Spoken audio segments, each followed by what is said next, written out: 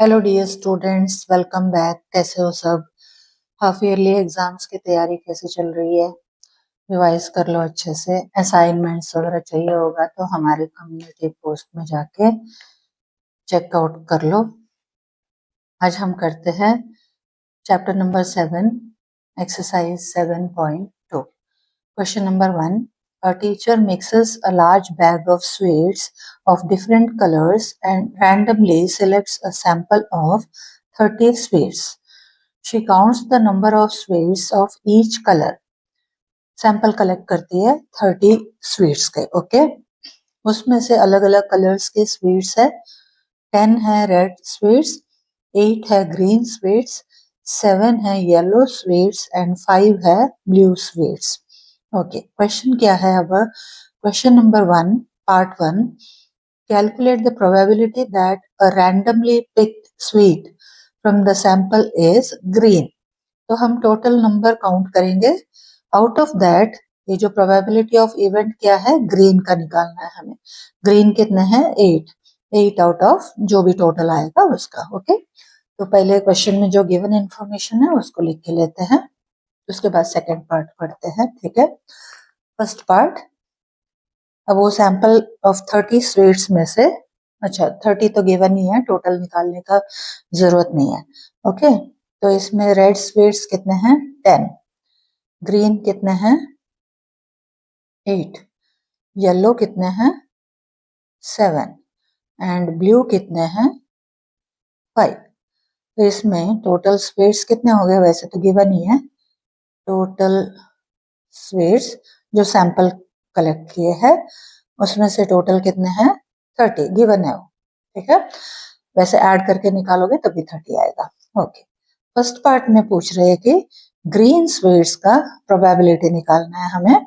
Probability of green is equal to number of green sweets, number of green sweets। ये probability of, क्या formula होता है probability का?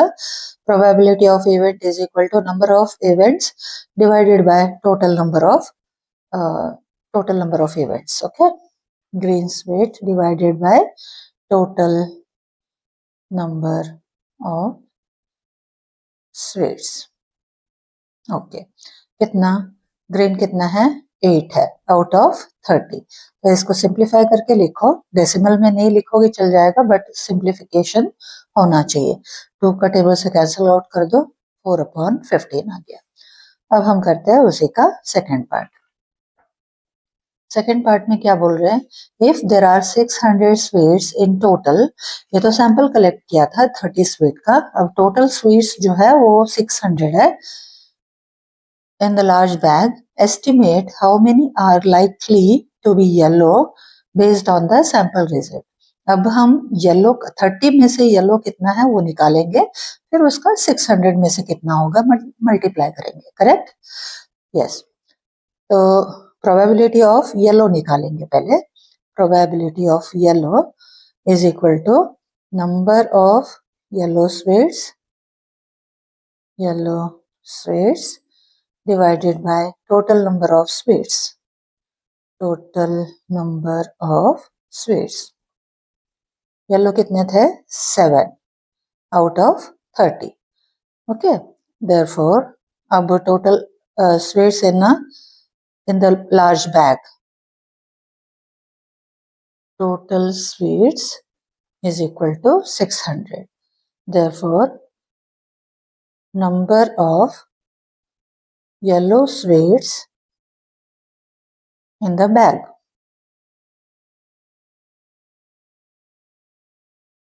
Out of 37 था, तो 600 में से कितना? इसको सिंप्लीफाई कर लो। 140 स्वीट्स। ओके, ये है सेकंड पार्ट का answer. Question number 2, a survey is conducted at a school where a random sample of 40 students is asked about their favorite club. The responses are 14 students science club, 11 students arts club, 9 students sports club, 6 students debate club। ये अलग अलग club choose किए जो उनका favourites है वो है। 40 students को सर्वे किया गया। Assume that there are 800 total students in the whole school. First part में क्या पूछ रहे हैं, what is the probability that a randomly chosen student from the sample prefer the arts club. वो तो डायरेक्टली निकालोगे, आर्ट्स के कहाँ हैं, आर्ट्स के ये है 11 आउट ऑफ 40। सेकंड पार्ट में क्या पूछ रहे हैं, यूजिंग द सैंपल रिजल्ट्स मतलब out of 800 estimate how many students in the whole school are likely to prefer sports club. Sports club के आउट ऑफ 49 है, तो 800 में कितना ये फाइंड कर लेंगे। That's it. Okay, question number 2। Question number 2 पहले हम पूरा वो लिखेंगे, डेटा जो गिवन है वो लिखेंगे। Total number of students served है ना, स्टूडेंट्स सर्वेड कितना 40, सर्वेड स्पेलिंग गलत हो गया, सर्वेड इज इक्वल टू 40। अब फेवरेट्स कितने हैं, साइंस क्लब के कितने हैं, साइंस क्लब है 14 स्टूडेंट्स का फेवरेट। आर्ट्स क्लब 11 स्टूडेंट्स का। Then sports club 9 students. Debate club 6 students. Okay, तो अब फर्स्ट पार्ट में क्या पूछ रहे हैं, वो आर्ट्स के प्रोबेबिलिटी निकालना है। तो प्रोबेबिलिटी ऑफ आर्ट्स में ए लिख रही हूँ, ओके, आर्ट्स के लिए इज इक्वल टू कितने हैं आर्ट्स के 11 आउट ऑफ 40। ये सिंप्लीफाई तो हो नहीं पाएगा, तो इसको ऐसे ही रखेंगे।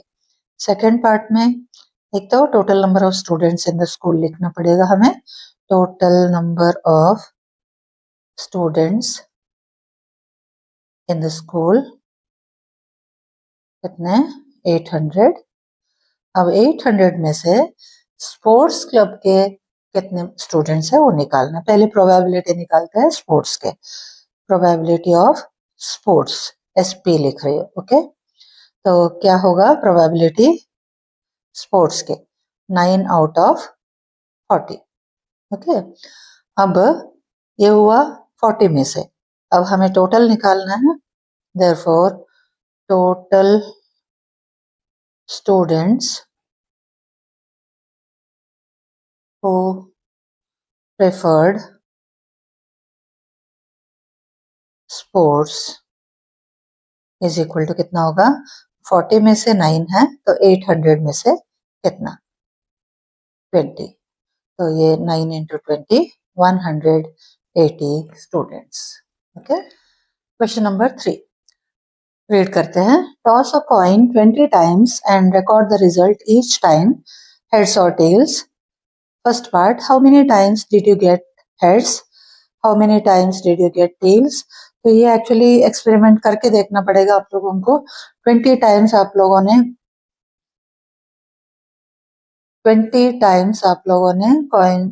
एक कॉइन को टॉस किया, तो उसमें से जितने भी 12, अभी सपोज करो 12 टाइम्स आ गया हेड्स और कितना 8 टाइम्स आ गया टेल्स।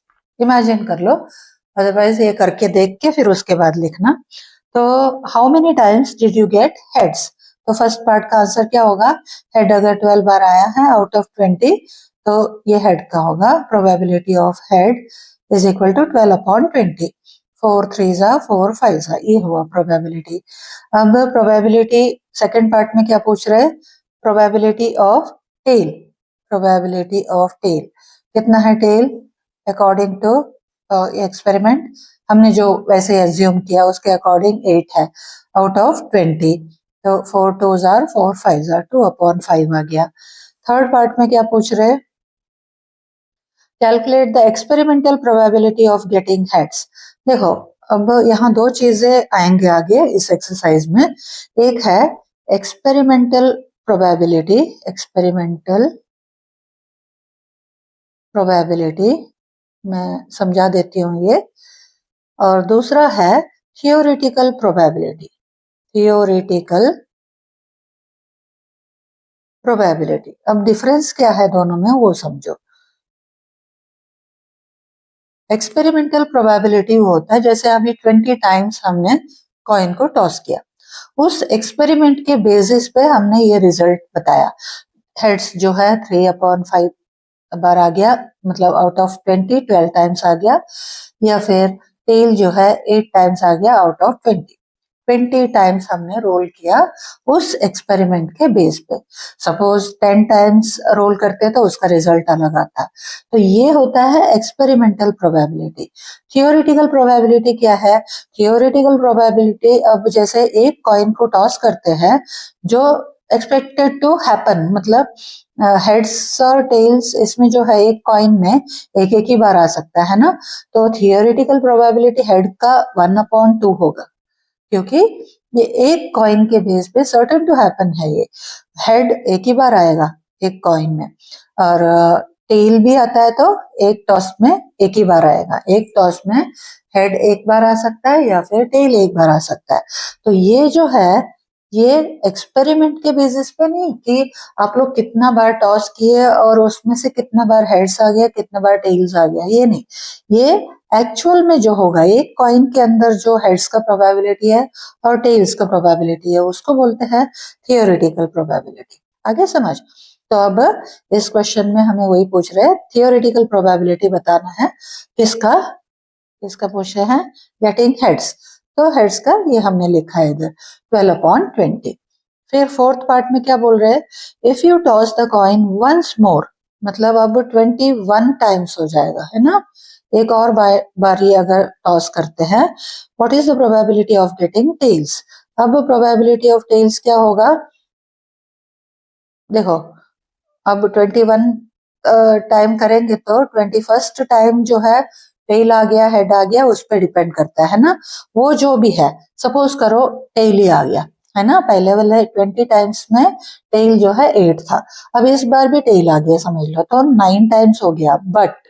बट यहाँ 20 नहीं लिखेंगे, 21 लिखेंगे, ये डिफरेंस आ जाएगा। ठीक है, तो ये जो है एक्चुअल एक्सपेरिमेंट के बेस पे होगा, तो आप लोग एक बारी करके भी फिर उसके बेस पे लिख सकते हो, या मैंने जो समझाया उसी को लेके कंसिडर करके चल सकते हैं।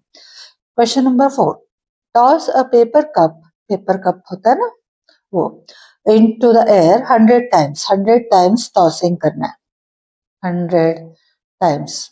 ये एक्सपेरिमेंट है, इतने ट्रायल्स हुए।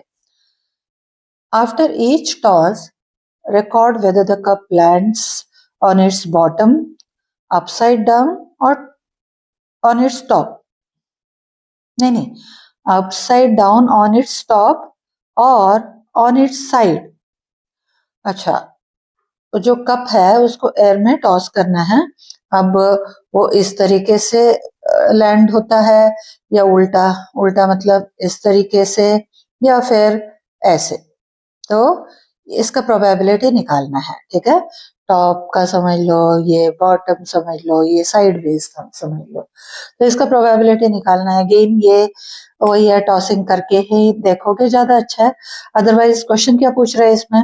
Assign the probabilities to the outcomes by using experimental probability. जो भी आ गया 100 टाइम्स करने में, सपोज करो ये 25 आ गया, ये 75 टाइम्स आ गया, नहीं ये 75 तो आ ही नहीं सकता, आ भी सकता है ऐसा नहीं है, ये नहीं भी आ सकता है कभी भी, बट हम कुछ लेके चलते हैं ना। ये भी 25 आ गया और ये 50 टाइम्स आ गया, तो इसका प्रोबेबिलिटी लिखना है। टॉप के लिए लिखोगे 25 upon 100, out of 100 times 25 times ये आ गया तो 1/4 होगा। और बॉटम के लिए भी हमने वही एज्यूम किया है, तो वो भी हो जाएगा 25/100। करके भी देख सकते हो, करके देख के फिर लिखना है, वो भी ठीक है। Sorry, probability, probability of sideways कितना आएगा? 50/100, 50/100 का मतलब 1/2 हो जाएगा।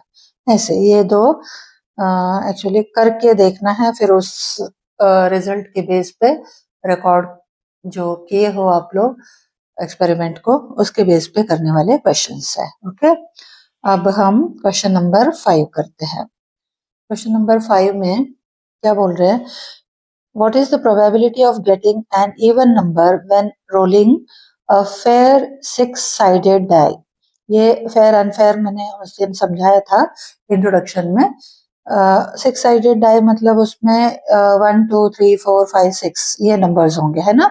तो अब उसमें से इवन नंबर आने का, अगर ऐसे ही नंबर्स है तो उसमें फेयर कॉइन ने डाई है तो उसमें इवन नंबर आने का प्रोबेबिलिटी क्या होगा।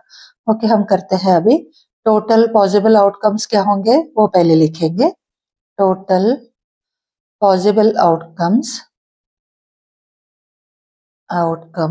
क्या हो सकता है एक डाई के अंदर, 1 2 3 4 5 या 6, है ना।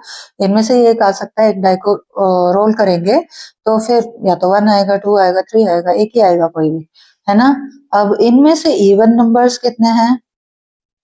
इनमें से इवन नंबर्स है 2 4 और 6।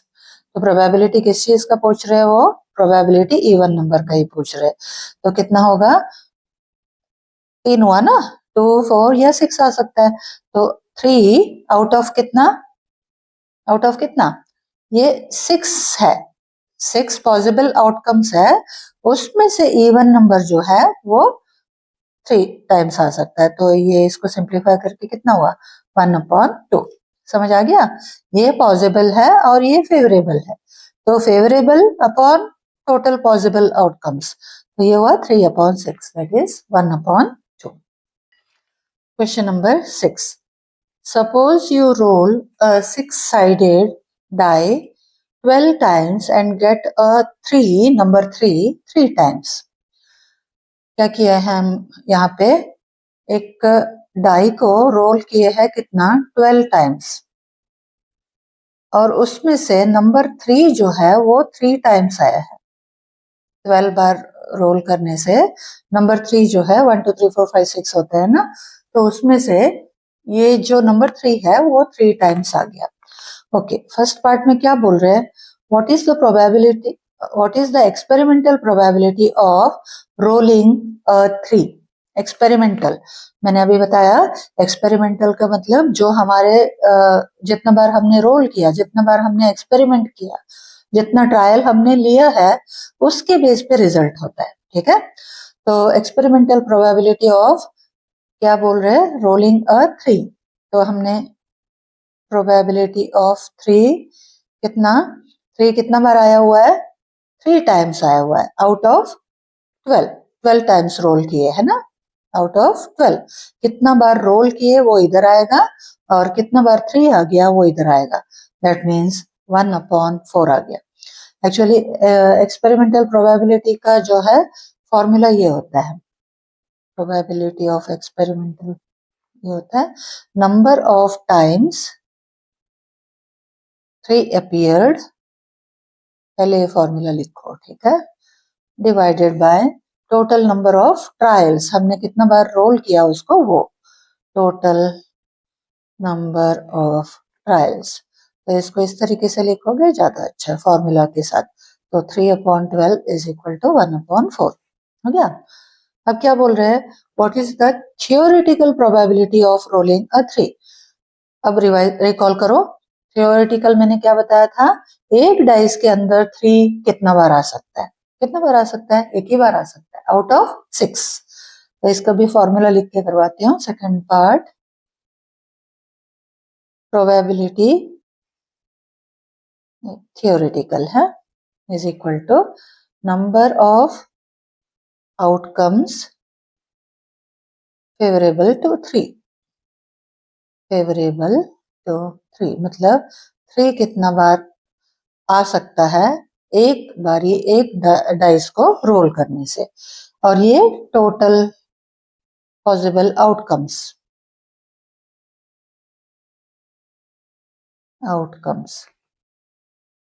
बताओ कितना? 3 एक डाई में एक ही बार आ सकता है आउट ऑफ 6, सिंपलेस्ट फॉर्म में है। नेक्स्ट थर्ड पार्ट में क्या पूछ रहे हैं? Why might these probabilities be different? तो ये पूछ रहे हैं कि एक्सपेरिमेंटल प्रोबेबिलिटी और थियोरेटिकल प्रोबेबिलिटी क्यों डिफर करता है? क्यों डिफर करता है बताओ? क्योंकि ये तो एक्सपेरिमेंटल प्रोबेबिलिटी डिपेंड करता है कि हमने कितना बार ट्रायल किया है, उस पर डिपेंड करता है। बट ये ऐसे नहीं, ये एक डाइस के अंदर जितना होगा वो ही रहेगा। नंबर 3 एक ही बार आएगा, नंबर 5 एक ही बार आएगा, इवन नंबर्स उसमें से 3 ही आएंगे, है ना। ये नंबर ग्रेटर देन 4 लेते हैं तो वो 2 ही रहेंगे हमेशा। तो ये थियोरेटिकल प्रोबेबिलिटी जो है वो एक्चुअली हम जो ट्रायल्स ले रहे हैं उसके ऊपर डिपेंड नहीं करता है, ये फिक्स्ड है। वेरएज ये जो है ये डिपेंड करता है कि हमने कितना टाइम उसको ट्रायल किया है, उसके बेस पे, ऑब्जर्वेशन के बेस पे ये रिजल्ट आता है। तो इसमें हम लिख देंगे experimental probability is based on number of trials and theoretical probability is that what we expect to happen. Okay, third part में और आगे भी कुछ दे रहे हैं, पहले ये लिख लेते हैं, ठीक है। experimental probability is based on number of trials, whereas theoretical probability is what we expect to happen. ये पता होता है हमें, इनमें से ही आएगा एक आंसर। तो ये दोनों का बीच का डिफरेंस है, इसीलिए वो अलग अलग होते हैं, है ना। अब नेक्स्ट पार्ट में क्या पूछ रहे हैं, what would you expect to happen if you roll the die 60, 600 और 6000 times। अब इन दोनों प्रोबेबिलिटीज को ही देखो। एक्सपेरिमेंटल प्रोबेबिलिटी जब 12 टाइम्स रोल किए तो 1/4 आ गया, ठीक है।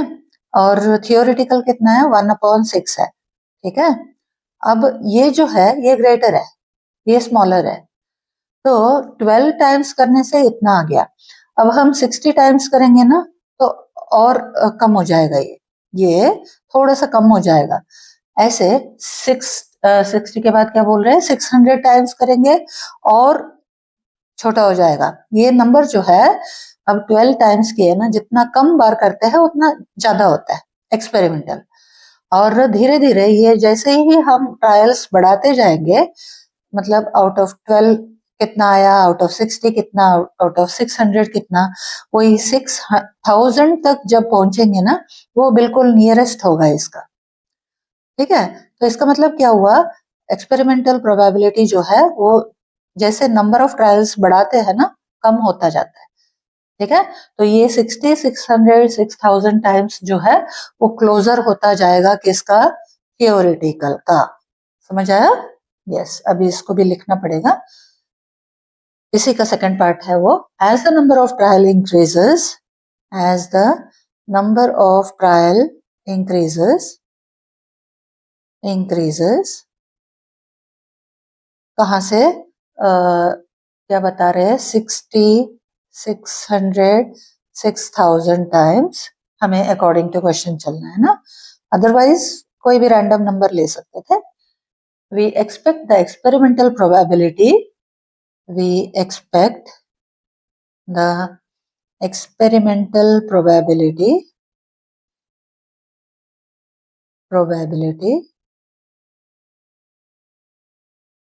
to get closer, ये पार्ट अंडरलाइन कर लेना, closer and closer, जैसे जैसे नंबर ट्रायल बढ़ाएंगे क्लोजर होगा कहाँ, किसका, to the theoretical probability of 1/6। Experimental और थियोरेटिकल का डिफरेंस समझ आ गया ना आप लोगों को। एक्सपेरिमेंटल जो है नंबर ऑफ ट्रायल्स हम जितना लेते हैं उसके ऊपर बेस्ड होता है, वो ऑब्जर्वेशन के ऊपर बेस्ड होता है। और थियोरेटिकल जो है एक डाइस के अंदर हम क्या एक्सपेक्ट करते हैं वो रिजल्ट होता है। ओके, यहाँ खत्म हो गया हमारा एक्सरसाइज 7.2। ओके, वीडियोस अच्छे लगते हैं तो प्लीज चैनल को सब्सक्राइब करो और वीडियोस को लाइक एंड शेयर कर दो। एग्जाम्स का प्रिपरेशन अच्छे से कर लेना, सारे चैप्टर्स जितने भी है रिवाइज करना शुरू कर दो। Okay, thank you for watching, see you soon.